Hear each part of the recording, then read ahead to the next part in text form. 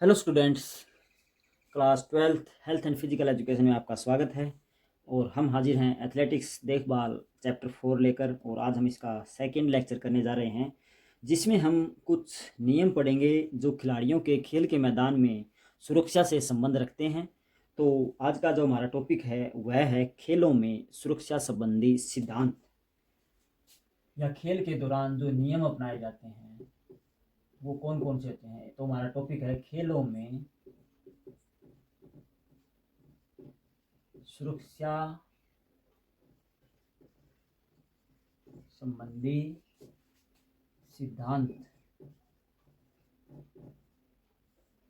तो ये सिद्धांत कौन कौन से हैं उन पर हम चर्चा करेंगे। तो एथलेटिक्स जो खिलाड़ी होते हैं उनकी देखभाल सबसे बड़ी बात होती है। नियमों में बंधकर अगर कोई खिलाड़ी खेलता है तो वह चोटों से बचा रह सकता है, नहीं तो वह अपना भी नुकसान कर सकता है। वह अपने विपरीत जो टीम है या कोई खिलाड़ी है उसका भी नुकसान वो कर सकता है। तो इसमें हम वो बातें जानेंगे कि खिलाड़ी को किन नियमों पर चलकर, किन सिद्धांतों पर चलकर अपनी सुरक्षा भी करनी होती है और अपने सामने खड़े खिलाड़ी या टीम की भी सुरक्षा करनी होती है। क्योंकि कोई भी नियम तोड़ता है, अगर हम ट्रैफिक नियमों से संबंध यहाँ पर रखते हैं कि सुरक्षा, जो सड़क सुरक्षा के कानून हैं, अगर उनको कोई तोड़ता है तो वह खुद की जान भी जोखिम में डाल रहा होता है और दूसरे की जान से भी वो खिलवाड़ करता है। तो इसी तरह खेलों में भी सुरक्षा का उतना ही महत्व है जितना सड़क सुरक्षा का है। तो सबसे पहले यही है कि जो भी खेल के नियम हैं उनका ज्ञान होना चाहिए, या खेल के जो कौशल हैं उनका ज्ञान होना चाहिए। जो स्किल हैं, वो अच्छी स्किल वाला खिलाड़ी बिना चोटों से बचकर अपने आप को खेलों में विजय बनाता है। वह जो जिसके पास स्किल नहीं होती, या वैसे ही जिसको फुटबॉल में अगर किक मारनी है तो वो वैसे ही घुमाता है, क्रिकेट में भी अगर उसको ऐसे ही कोई स्किल नहीं है तो ऐसे ही खेलता है, तो वह किसी को भी चोट मारने का एक प्रकार से कारक बन सकता है। तो अगर हम स्पोर्ट्स स्किल या उसको स्पोर्ट्स का ज्ञान देंगे या नियमों से अवगत करवाएंगे खिलाड़ी को, तो बहुत सारी बातें उसको हम सिखा सकते हैं जिससे वह चोट से दूर रहेगा। तो हमारा पहला पॉइंट यही बनता है कि खेल के नियमों की जानकारी। तो किसी खिलाड़ी को खेल के नियम पूरी तरह से पता हैं तो वह काफ़ी हद तक अपने आप को चोटों से बचा सकता है, अपने आप की सुरक्षा कर सकता है। फिर है नंबर 2 पर हम बात करेंगे कि एक अच्छी आदत होती है, अच्छा व्यवहार होता है कि हार जीत लगी रहती है। एक अच्छा खिलाड़ी ये कभी नहीं सोचता कि हारने पर हमारा नुकसान हो गया या हारने से हम दूसरे का नुकसान करेंगे। तो अच्छा व्यवहार करना बहुत ही ज़रूरी है, क्योंकि अच्छा व्यवहार, अच्छा बिहेवियर हम कह सकते हैं उच्च कोटि का खिलाड़ी ही करता है। खेल भावना के साथ खेलना चाहिए उसको। हार जीत लगी रहती है, दो खिलाड़ी या दो टीमें आपस में खेलती हैं तो एक की हार और एक की जीत ही होती है, दोनों नहीं जीत सकती। तो ऐसा हमें समझना चाहिए। कई बार हारने के बाद कई खिलाड़ी अपने आपे से बाहर हो जाते हैं, गुस्सा करने लगते हैं, तोड़फोड़ करने लगते हैं, तो उस तोड़फोड़ में उसका भी नुकसान हो सकता है। तो व्यवहार अपना कंट्रोल में रखना चाहिए और एक सही खिलाड़ी ही अपने व्यवहार को कंट्रोल रख पाता है। तो यह बहुत ज़रूरी है। अपनी सुरक्षा व अपनी टीम की सुरक्षा, अपने आसपास के साथियों की सुरक्षा अगर हमें रखनी है तो अच्छा व्यवहार करना ही होगा। फिर है, हम जो भी स्पोर्ट्स में जो इंस्ट्रूमेंट या उपकरण यूज कर रहे हैं, इक्विपमेंट यूज कर रहे हैं, वो अच्छे होने चाहिए। अगर उनकी गुणवत्ता सही नहीं होगी तो निश्चित तौर पर वो नुकसानदायक हो सकते हैं। तो उचित, हम यहाँ पर लिखेंगे, उचित उपकरणों का उपयोग। कि खेलों में आजकल काफ़ी टेक्नोलॉजी बढ़ गई है, जिस कारण उपकरणों की संख्या भी बढ़ गई है। तरह तरह के उपकरण खिलाड़ी यूज करते हैं, तो वो उचित होने चाहिए। उनका कार्य करने का जो तरीका है वो सही होना चाहिए। कमज़ोर उपकरण हम यूज करते हैं तो किसी भी दिन प्रैक्टिस के दौरान वो टूट सकते हैं, जिससे खिलाड़ी को काफ़ी नुकसान पहुंच सकता है। तो सही उपकरण, एक प्रकार से हम कह सकते हैं कि वो आईएसओ या ब्रांडेड उपकरण होने चाहिए जिनमें चोटों का खतरा कम होता है। फिर है, खिलाड़ियों को प्रशिक्षण देने के लिए कोई कोच होता है या सीनियर्स होते हैं, तो उनका उचित मार्गदर्शन में ही खिलाड़ी अच्छे से व्यवहार करते हैं, अच्छे से अपने खेल को निभाते हैं, अपनी खेल भावनाओं को अपने स्तर पर सही तरह से यूज करते हैं।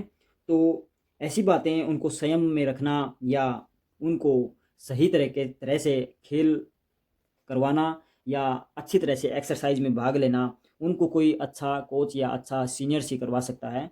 तो एक नेतृत्व का जो अंग है वो सही होना चाहिए। अगर नेतृत्व का सही तरह से जा रहा है, नेतृत्व लीडरशिप सही तरीके से खिलाड़ियों तक पहुंच रही है, तो खिलाड़ी अच्छे से व्यवहार करेंगे। क्योंकि गलत नेतृत्व से सुरक्षा संबंधी जो खतरे हैं वो बढ़ जाते हैं। क्योंकि आपने देखा भी होगा, जब आप इतिहास पढ़ते हैं तो जो जर्मनी की जो बात है, हिटलर के हाथों में दूसरे विश्व युद्ध और पहले विश्व युद्ध के बीच के जो कारण थे, उसमें जर्मनी का नेतृत्व हिटलर के हाथों में आ गया और उसने अपने देश के लोगों को दूसरों के खिलाफ भड़काने में बहुत सारे भाषण दिए, अपने नेतृत्व का गलत फ़ायदा उठाया, जिस कारण आसपास के देश अर्थात यूरोप को हम कह सकते हैं, यूरोप के लोगों को उसका नुकसान झेलना पड़ा। तो अगर नेतृत्व सही नहीं है तो काफ़ी सारा नुकसान खेलों में भी हमें देखने को मिलता है। तो नेतृत्व सही होना चाहिए। हम यहाँ पर लिखेंगे कि नेतृत्व उचित होना चाहिए या उचित नेतृत्व होगा तो बहुत ही फायदेमंद हमें हो सकता है खेलों के दौरान भी। तो नेतृत्व का जो उपयोग है वह हमें सही तरीके से करना चाहिए, क्योंकि सही तरीके से किया गया नेतृत्व ही ज़्यादा लाभदायक होता है। आगे बढ़ते हैं कि खेलों में अगर खिलाड़ी अपने आप प्रैक्टिस करते हैं, कई सारे जोखिम वाले खेल जो अपने आप ही खेलते हैं, एक्सरसाइज करते हैं, तो उनमें चोटों का खतरा लगा रहता है। क्योंकि उनको जो उपकरण होते हैं या कोई और एक्सरसाइज होती है उनका करने का पता नहीं होता। तो एक योग्य प्रशिक्षक का होना बहुत ही ज़रूरी है। योग्य एक प्रकार से उनको कोचिंग मिलनी चाहिए अच्छे से, ताकि वो उनमें पारंगत हो सके और अपने आप को खेलों के उच्च स्तर तक पहुंचा सके। तो जो कोच होते हैं उनके मार्गदर्शन में ही जो हमें अधिक जोखिम वाले खेल होते हैं, वैसे तो सभी खेलों में कोचों की आवश्यकता होती है, मगर जो अधिक जोखिम वाले खेल होते हैं उनमें कोच की आवश्यकता या उसकी भूमिका अधिक बढ़ जाती है। तो हम यहाँ पर नेक्स्ट पॉइंट जो अपना 5 पॉइंट है वो लिखेंगे कि योग्य प्रशिक्षक का होना, या लिख सकते हैं कि जो उच्च जोखिम वाले खेल हैं उनमें योग्य प्रशिक्षक का होना। तो सभी के लिए समान ही हम लिखेंगे यहाँ पर योग्य प्रशिक्षक का होना। तो योग्य प्रशिक्षक सभी खेलों में होते हैं, तो उन्हीं के मार्गदर्शन में अगर हम कोई एक्टिविटी करते हैं, उपकरणों का इक्विपमेंट का इस्तेमाल करते हैं, तो हम अच्छे से उनको सीख पाएंगे, अच्छे से अपने खेल को सुधार सकेंगे और ना ही चोट का खतरा भी कम होगा। फिर आगे बढ़ते हैं कि खिलाड़ी जब भी एक्सरसाइज करता है, अगर उसका ध्यान एक्सरसाइज में नहीं है तो उसको चोट लगने का खतरा बढ़ जाता है। तो जो हमारा फिजिकल और मेंटल कांटेक्ट है, जो माइंड और जो शरीर का संबंध है वो सही होना चाहिए। तो जिस कारण संतुलन बना रहे, उसका ध्यान खेल में ही लगा रहे, तो यह बहुत ही आवश्यक है, बहुत ज़्यादा आवश्यक मैं यहाँ पर कहूँगा कि खेल के दौरान ध्यान कहीं और नहीं होना चाहिए। अपना मानसिक नंबर 6 हम यहाँ पर लिखेंगे कि मानसिक व शारीरिक संबंध सही होना चाहिए या खेल पर ही उसका फोकस होना चाहिए। तो खिलाड़ी का मानसिक व शारीरिक तालमेल यह बहुत ही आवश्यक है, क्योंकि बिना शरीर और बिना दिमाग के कोई भी खेल नहीं हो सकता। अगर हम दिमाग से कोई खेल खेलते हैं तो एथलेटिक्स के लिए कोई मायने नहीं रखता। अगर हमें केवल शरीर से ही अगर हम कोई खेल खेलते हैं तो हम कभी भी जीत नहीं पाते। तो दोनों में हमें शारीरिक और मानसिक तालमेल लगाना होता है, चाहे कोई भी खेल हो। आजकल खेलों की जो एक प्रकार से योजना है वो बदल गई है। आधुनिक काल में हम कह सकते हैं कि पुराने समय में लोग शारीरिक बल पर जीत जाते थे, मगर आज के समय में टेक्निक्स या स्किल्स आ गई हैं, या ऐसी चतुरता खेलों में आ गई है कि मनुष्य को दिमाग के बिना कोई खेल करना संभव ही नहीं रह गया है। तो शरीर के साथ साथ हमें दिमाग का उपयोग भी उतना ही करना होता है। तो दोनों में अगर तालमेल होगा तो हम अच्छे से अपने प्रतियोगिता को जीत भी पाएंगे और बिना किसी चोट के भी हम अपने को एक तरह से रख सकते हैं।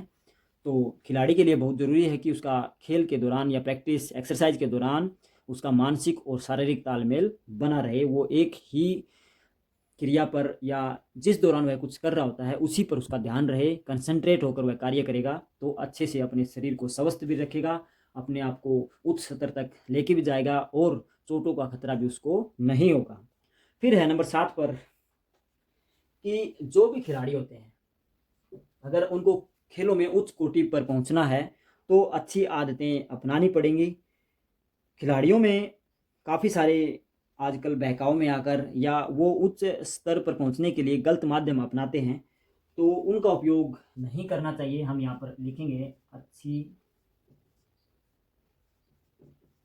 आदतों का होना। कि मैं बात कर रहा था खिलाड़ियों में गलत आदतें आ जाती हैं, वो अपने आप को विजयी बनाने के लिए गलत माध्यम अपनाते हैं, ड्रग्स या नशीली दवाओं का सेवन करते हैं। तो जिस कारण वे अपने कौशल को कुछ देर के लिए बढ़ा देते हैं मगर जीवन भर के लिए अपनी मांसपेशियों को या अपने शारीरिक तंत्र को निष्क्रिय करने की संभावना जो उनकी होती है वो अधिक होती है। क्योंकि अगर अधिक ड्रग्स या अधिक नशीली दवाओं का, नशीले केमिकलों का प्रयोग हमारे शरीर पर होता है तो वो एक दिन अवश्य दुष्प्रभाव दिखाते हैं जिस कारण शरीर को बहुत बड़ी कीमत चुकानी पड़ती हैं। तो अच्छी आदतें हमें अपनानी चाहिए, खेलों पर हमारा फोकस होना चाहिए, स्वच्छ तरीके से हमें शरीर और मन का इस्तेमाल करना चाहिए ताकि हम अच्छे से अपने शरीर को भी फिट रख सकें, अपने भविष्य को भी सुरक्षित रखते हुए खेलों में उच्च स्तर तक पहुंच सकें। तो अच्छी आदतें एक खिलाड़ी को अपनानी होती हैं। रोज़मर्रा की जो बुनियादी आदतें हैं, समाज में रहते हुए उसके जो दायित्व हैं, कार्य हैं, वो भी उन अच्छी आदतों के साथ साथ सही होंगे।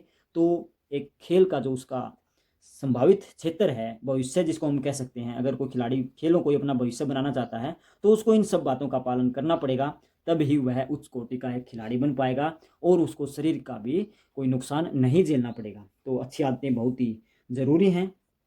आगे बढ़ते हैं नंबर 8 पर। नंबर 8 पर हम बात करेंगे कि खिलाड़ी को जो फिटनेस है वह बना के रखनी पड़ती है, क्योंकि बिना फिटनेस के कोई भी खिलाड़ी, शारीरिक क्षमता का जो खिलाड़ी होता है, शारीरिक क्रिया उसको अधिक करनी होती है, तो बिना फिजिकल फिटनेस के वो उन क्रियाओं में सही रूप से भाग नहीं ले सकता। तो 8वें नंबर पर हम लिखेंगे कि शारीरिक, जिसको फिटनेस शारीरिक सुयोग्यता कहते हैं, तो वह हम लिख सकते हैं शारीरिक सुयोग्यता, या सुयोग्यता को इंग्लिश में हम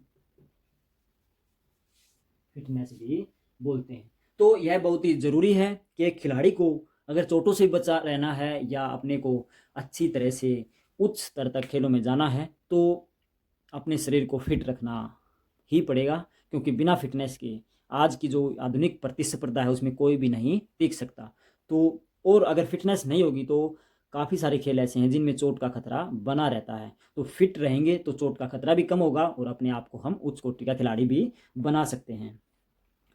फिर है खिलाड़ी जब भी अभ्यास करता है अगर उसको सुविधाएं नहीं दी जाती तो अपने शरीर का वो नुकसान कर सकता है, या काफ़ी सारे उसकी मांसपेशियों या हड्डियों में एक परमानेंट रोग हो सकते हैं।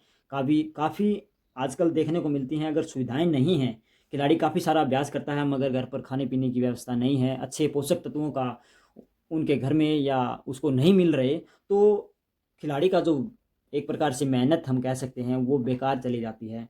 तो खिलाड़ी को सुविधाएं मिलनी चाहिए ताकि वो अपने को बिना बाधा के आगे ले जा सके अपने शरीर को। तो नंबर 9 पर हम लिखेंगे कि उचित सुविधाएं, उचित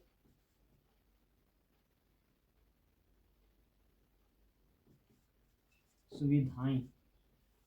तो यह बहुत ही ज़रूरी है एक एथलीट्स के लिए कि जब भी वो एक्सरसाइज करता है उसको शरीर को न्यूट्रिशन की आवश्यकता होती है, या काफ़ी सारी एक्टिविटी करने के बाद कुछ ना कुछ शरीर को चाहिए होता है उस मांसपेशी या जो भी हड्डियों में टूट फूट हुई होती है उसको बिल्डअप करने के लिए। तो उचित सुविधाएं खाने पीने से संबंधित या रेस्ट से संबंधित या और भी हम सामाजिक आर्थिक स्तर पर कह सकते हैं, तो वो अगर उसको नहीं मिलेंगी तो एक प्रकार से उसका जो खेल जीवन है वो वहीं पर रुक सकता है या रुक जाएगा, या उस दौरान चोट लगने की संभावना भी बढ़ जाती है। क्योंकि शरीर में अगर फ्यूल ईंधन नहीं होगा तो वो कोई भी क्रिया करने या क्रिया के दौरान उसको काफ़ी परेशानी का सामना करना पड़ सकता है।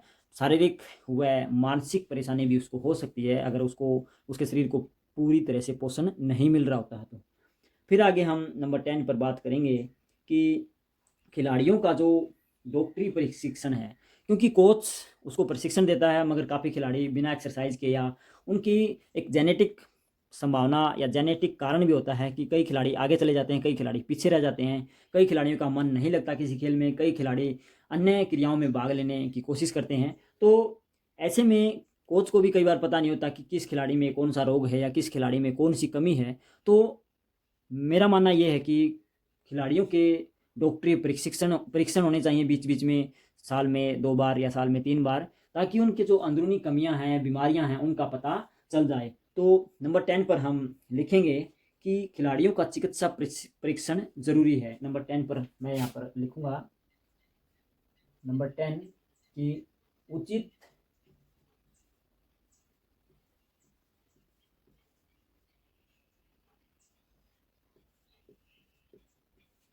उचित चिकित्सा परीक्षण। तो ये चिकित्सा में गड़बड़ हो गई,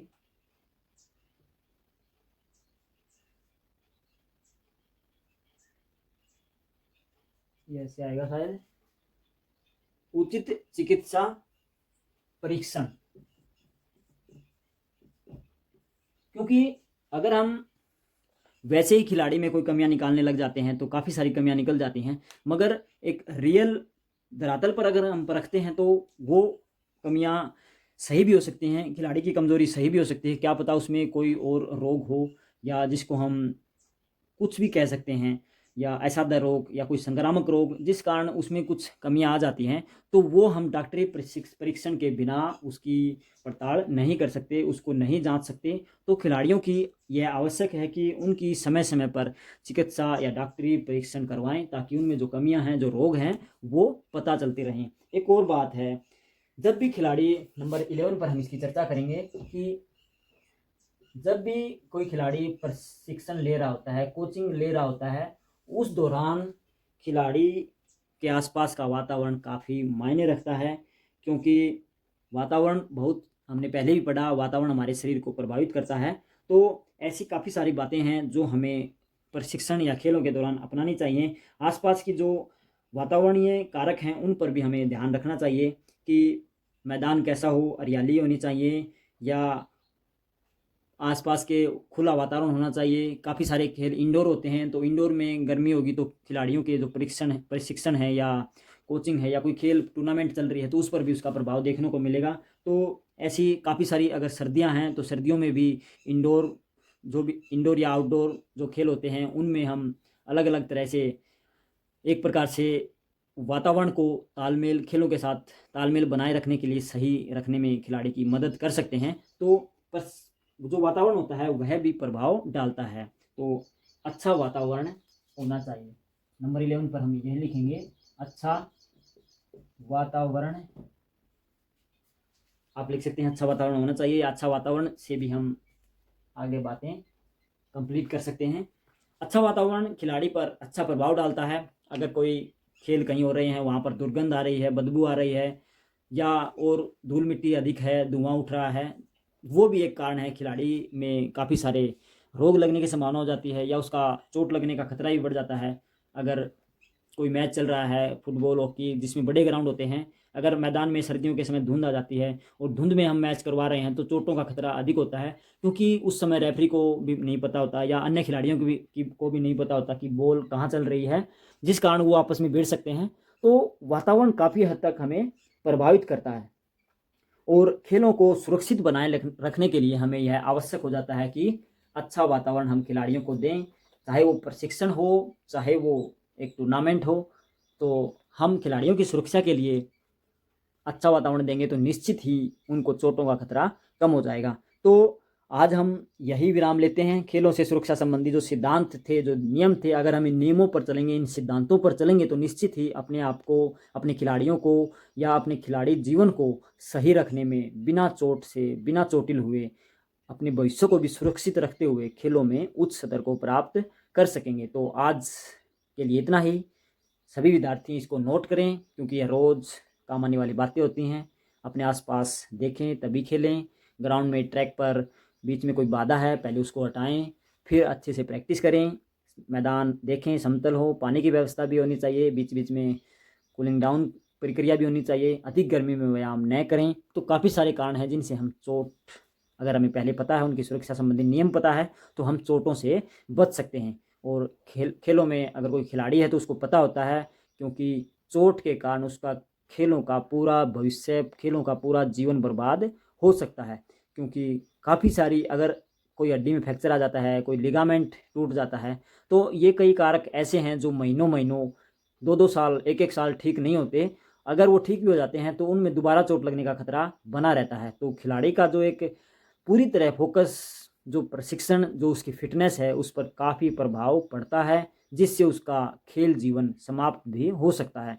तो चोटों से सुरक्षा संबंधी नियम अगर हमें पहले ही पता होंगे तो हम इनसे बच सकते हैं, अपने खेल जीवन को सुरक्षित रख सकते हैं। तो अभी के लिए इतना ही। Thank you.